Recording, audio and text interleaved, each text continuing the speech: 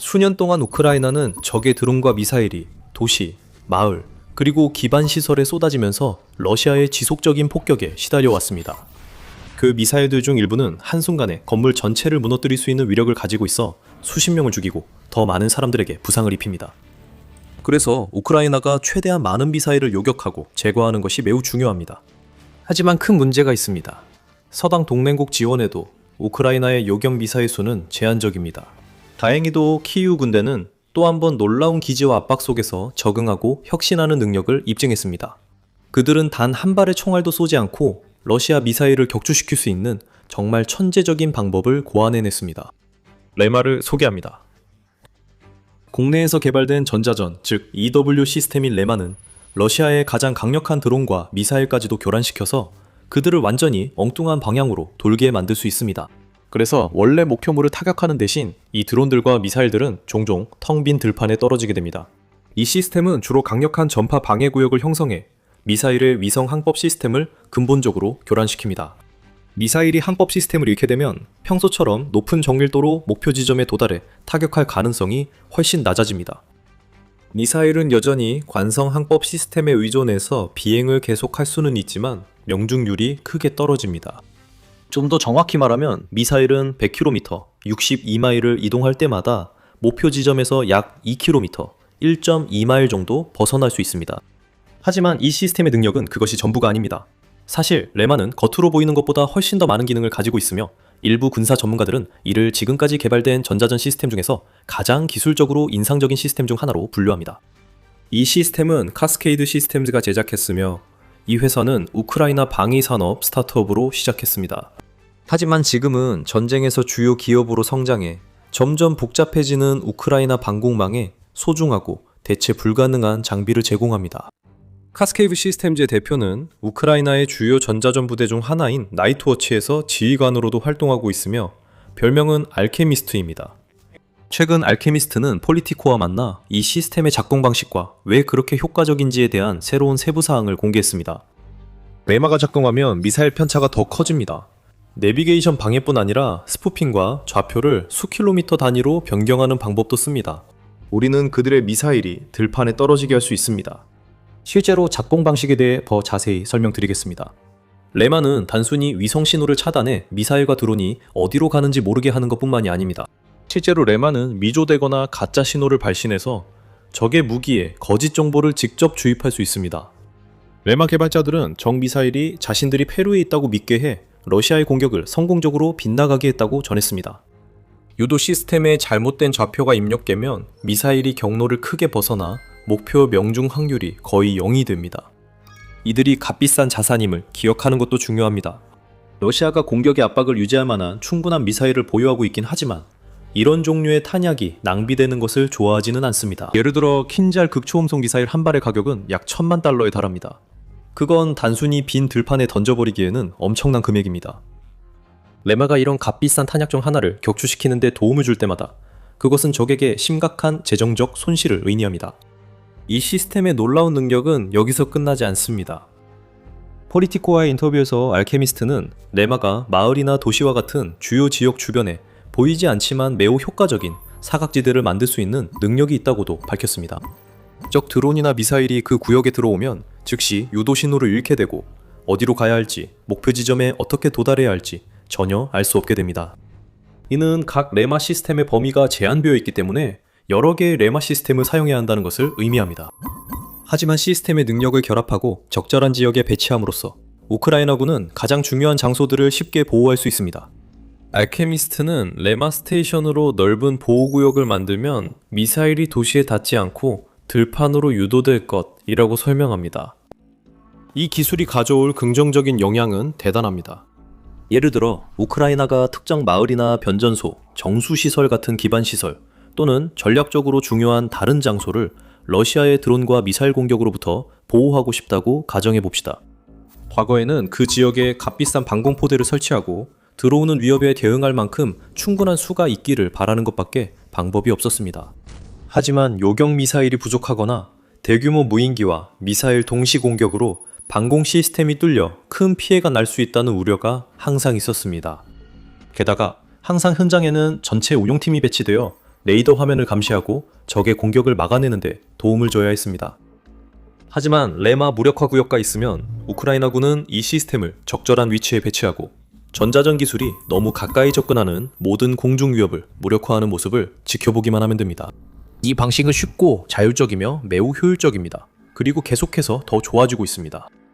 예를 들어 과거에는 레마가 대부분의 러시아 드론과 일부 미사일에 대해 매우 효과적이었지만 활공폭탄과 같은 적의 더 강력한 무기에는 대응하기 어려웠습니다.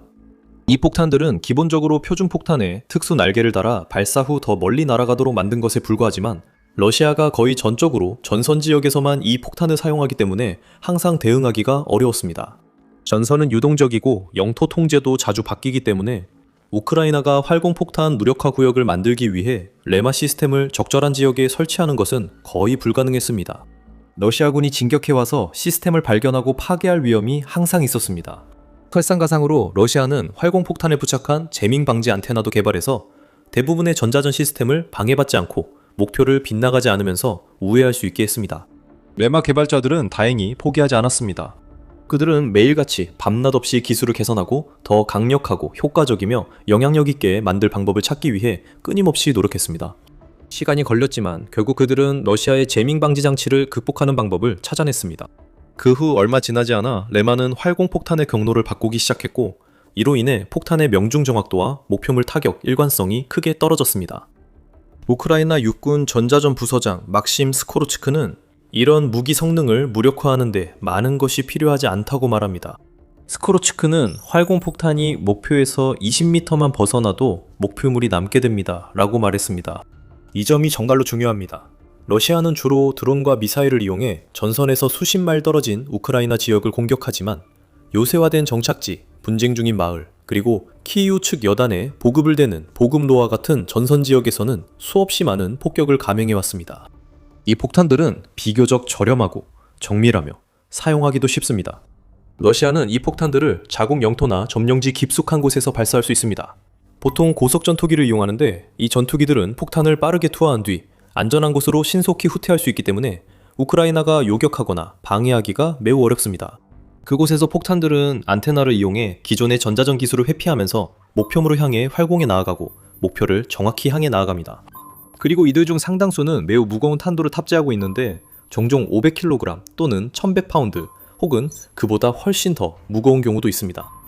이 폭탄들은 충돌 시 큰 피해를 주며 벙커, 요새, 참호, 병력 집결지까지 파괴할 수 있습니다. 조금 빗나가더라도 충격파의 영향만으로도 그 지역에 있는 사람들에게 심각한 피해와 부상을 입힐 수 있습니다. 하지만 레마 덕분에 우크라이나는 활공폭탄의 위협을 완전히 막지 못해도 상당히 줄일 수 있습니다. 그 결과로 최전선에서의 손실이 줄어들 것이고 러시아가 우크라이나 방어선을 뚫고 영토를 확보하는 것도 훨씬 더 어려워질 것입니다. 하지만 레마가 완벽한 것은 아닙니다. 우리가 몇 가지 단점과 우크라이나가 그것을 어떻게 해결하고 있는지 알아보기 전에 여러분은 더 밀리터리 쇼를 시청하고 계십니다. 아직 구독하지 않으셨다면 지금이 기회입니다. 레마의 기술력은 뛰어나지만 우크라이나 방공 문제를 완전히 해결하진 않습니다. 이런 시스템에 너무 의존하는 것은 문제가 있습니다. 그중 가장 큰 문제는 신호와 유도 시스템이 교란되거나 방해를 받더라도 교란된 러시아 드론, 미사일, 폭탄이 여전히 어딘가에 떨어져 피해를 줄 수 있다는 사실입니다. 미사일이 원래 목표에서 몇 마일 벗어날 수는 있지만 결국 다른 건물에 떨어질 수도 있습니다. 드론은 하늘에서 떨어져 주택이나 차량 위에 추락할 수 있습니다. 그리고 농부들의 밭에 떨어진 폭탄조차도 인근 전력선을 손상시킬 만큼의 위력을 낼 수 있습니다. 이런 점에서 기존의 방공 시스템이 이점을 가집니다. 접근하는 드론이나 미사일에 요격 미사일을 발사하면 보통 공중에서 폭발하게 됩니다. 일부 파편이 여전히 아래 건물 위로 떨어질 수 있지만 보통은 너무 작은 조각들이기 때문에 미사일 전체가 떨어졌을 때만큼의 피해를 주지는 않습니다. 이 때문에 우크라이나는 레마와 같은 전자전 시스템을 사용하는 것과 자신들이 개발했거나 서방 동맹국들로부터 지원받은 기존의 방공 시스템을 잘 활용하는 것 사이에서 적절한 균형을 찾아야 합니다. 두 시스템 모두 단점과 한계가 있기 때문에 어느 한쪽에만 너무 의존할 수는 없습니다. 예를 들어 기존 방어 시스템은 주어진 시간에 대응할 수 있는 실제 표적의 수와 발사할 수 있는 요격 미사일의 수에 한계가 있습니다. 실제로 우크라이나가 지금까지 이 갈등에서 직면한 큰 문제 중 하나는 패트리엇과 같은 가장 강력한 방어 시스템을 위한 요격 미사일에 제한된 비축분으로 버텨야 한다는 점입니다. 우크라이나 국방부가 최근 최신형 패트리엇 PAC-3 미사일을 러시아의 첨단단 미사일을 상대하는데 가장 효과적인 요격 미사일이라고 밝혔지만 우크라이나는 이 요격 미사일을 비교적 적은 수량만 보유한 채로 대응해야 했습니다. 원할 때마다 발사할 수 없어 목표물을 신중히 선택해 요격해야 합니다.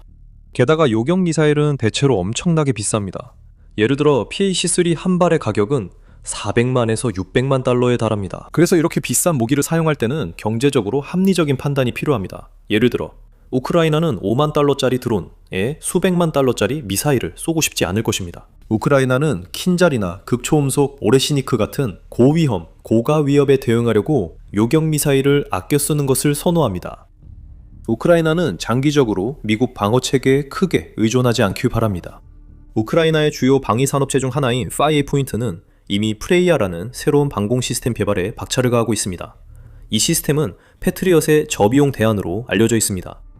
파이어 포인트의 공동 소유주 데니스 슈틸레르만은 우크라이나, 독일, 프랑스, 노르웨이 팀이 공동 개발 중인 이 시스템이 현재 테스트 단계에 있으며 탄도미사일을 요격할 수 있을 것이라고 밝혔습니다. 이 시스템은 우크라이나의 방공 및 미사일 방어 네트워크에도 통합될 수 있습니다. 네토의 링크 16 프로토콜에 따라 슈틸레르만은 순조로우면 첫 시스템이 연말까지 배치될 수 있다고 했습니다. 하지만 우크라이나는 그때까지 기다릴 수 없습니다. 우크라이나는 러시아 미사일에 즉각 대응할 방법이 필요합니다. 특히 적이 키이우 등 전역 도시와 마을에 장거리 공격을 강화하고 있기 때문입니다. 우크라이나 방위군은 적의 드론과 미사일을 격추시키기 위한 대체적이고 더 경제적인 방법을 찾아내야 했습니다. 레마가 그것을 가능하게 했습니다. 이 시스템 덕분에 우크라이나는 일부 요격 미사일을 중요한 순간에 대비해 예비로 둘 수 있고 민간인과 인프라의 추가 위험도 줄일 수 있습니다. 이 시스템은 또한 매우 저렴하며 특히 패트리엇이나 유사한 방어 시스템의 높은 가격과 비교했을 때 더욱 그렇습니다. 캐스케이드 시스템에 따르면 한 대 생산 비용은 약 58,000유로, 즉 67,500달러 정도이며 버전에 따라 가격이 약간 달라질 수 있습니다. 회사는 도시 보호에 약 30대에서 100대이 필요하다고 추산합니다. 그 범위의 상한선을 잡더라도 100대의 유닛은 약 675만 달러로 PAC-3 미사일 2발의 가격보다도 적은 금액입니다. 그리고 미사일은 한 번 사용하면 끝이지만 내만은 필요할 때까지 계속 작동하며 하나의 빔으로 수십, 수백 개의 위협을 수동적으로 제거할 수 있습니다. 실제로 4월 말 보도에 따르면 레만은 2026년 첫 3달 동안에만 킨잘 미사일 26기를 성공적으로 무력화했으며 1만 대가 넘는 드론도 무력화했다고 합니다. 레마가 처음 운영되기 시작한 이후로 지금까지 총 58기의 킨잘 미사일과 수천 개의 다른 무기들을 격추시킨 것으로 알려져 있습니다. 또한 놀라운 98%의 성공률을 자랑하며 우크라이나 방공망에서 가장 신뢰할 수 있는 방어체계 중 하나로 꼽히고 있습니다. 여기까지 오는데 많은 시간과 노력이 들었습니다. 개발자들은 폴리티코 인터뷰에서 레마의 초기 버전이 2022년, 즉 침공 첫 해에 등장했다고 밝혔습니다. 당시 리마는 우크라이나군이 러시아 순항미사일을 막는 데 도움을 줬지만 지금만큼 효과적이진 않았습니다. 당시 기술력만으로는 러시아의 엄청난 위협과 크렘린이 보유한 기술들을 감당하기에 충분하지 않았습니다. 우크라이나 정부는 이 시스템이 충분히 좋아질 수 있을지 회의적이었습니다. 그래도 캐스케이드 시스템즈는 포기하지 않았습니다. 그들은 레마의 수년간의 노력과 200만 달러 이상의 자금을 투입해 기술을 개선하고 자신들이 항상 믿어왔던 모습으로 발전시켰습니다. 그 노력은 결실을 맺었습니다. 이 회사는 400대 넘는 레마 시스템을 우크라이나군에 공급했고 2024년 7월부터 우크라이나군이 사용하기 시작했습니다. 2025년 10월 우크라이나는 민간 인프라를 방어하기 위해 레마를 사용하기 시작했고 그 직후 카스케이드는 첫 정부 계약을 체결했습니다. 이 시스템들은 전장과 우크라이나 전역에서 많은 생명을 구하고 러시아의 수십억 달러 장비를 무력화하고 있습니다. 그러나 싸움은 끝나지 않았습니다. 전자전은 계속 진화합니다. 한쪽의 엔지니어들이 새로운 제머나 교란 장치를 만들면 다른 쪽의 엔지니어들은 그것을 우회할 방법을 찾기 위해 작업을 시작하고 이런 식으로 계속 반복됩니다. 이것은 끝없는 순환이며 지금까지 전쟁 내내 우리가 계속해서 목격해온 현상입니다. 예를 들어 우크라이나가 전자전으로 적 드론을 교란하자 러시아는 자국 무인기에 제머를 우회할 수 있는 특수 안테나를 달기 시작했습니다. 우크라이나가 기술을 개선했지만 러시아는 더 앞서갔습니다.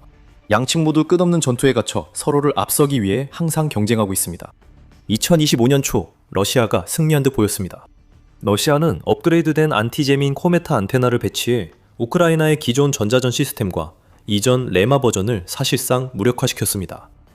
알케미스트는 그때부터 진짜 실전이 시작됐고 우리는 실험실에서 살다시피 하며 러시아의 새 안테나를 해독하려 애썼다고 말했다. 3개월 만에 레마 엔지니어들이 문제를 해결했습니다. 그들은 러시아의 최신 전자전 방어에 대응하기 위해 특별히 설계된 새롭고 성능이 향상된 하드웨어 버전인 레마 퀀트를 출시했습니다. 물론 앞으로 몇 주, 몇 달 안에 러시아가 드론과 미사일 내비게이션 시스템을 한 단계 더 발전시킬 또 다른 방법을 찾아낼 가능성이 충분히 있습니다. 하지만 캐스케이드 시스템은 다시 한번 그 도전에 맞설 준비가 되어 있을 것입니다. 우리는 러시아 무기 특성에 맞춰 레마를 계속 변경하고 명중 결과를 분석해 배치 방안에 대해 총참모부에 조언합니다. 전쟁은 항상 진화합니다. 다행히도 레마 역시 항상 진화하고 있습니다. 스코레츠키에 따르면 최신 버전은 러시아의 가장 빠르고 장거리 위협인 탄도미사일을 포함해 목표물을 찾기 위해 글로나스 위성 항법 시스템에 의존하는 무기들까지도 억제할 수 있습니다. 이로써 크렘린 지휘관들이 일제 발사를 성공시키려 한다면 선택지가 점점 줄고 있다는 의미입니다. 그들의 드론 대부분은 파리처럼 하늘에서 떨어지고 있습니다. 고속 킨잘 미사일도 대응되고 있습니다. 이제는 그들의 가장 비싼 항공 전력조차도 격추되어 들판이나 버려진 마을에 추락하고 있으며 그 과정에서 치명적인 피해를 주지 못하고 있습니다. 천천히 그러나 확실하게 러시아의 위협 수준이 감소하고 있습니다. 이 일이 어떻게 일어나고 있는지 그리고 우크라이나가 러시아의 지속적인 붕괴를 어떻게 이용하고 있는지에 대해 이 영상에서 더 자세히 알아볼 수 있습니다. 혹은 완전히 다른 내용을 원하신다면 이 영상을 통해 키이우 측 병력이 이른바 슬로터봇 드론을 사용해 러시아 군대를 현장에서 추적하고 얼굴을 인식해 순식간에 제거하는 모습을 확인해 보실 수 있습니다. 이와 같은 영상과 러시아 우크라이나 전쟁 및 전 세계 주요 분쟁에 대한 더 깊이 있는 분석을 원하신다면 채널 구독도 꼭 해주세요. 항상 시청해 주셔서 감사합니다.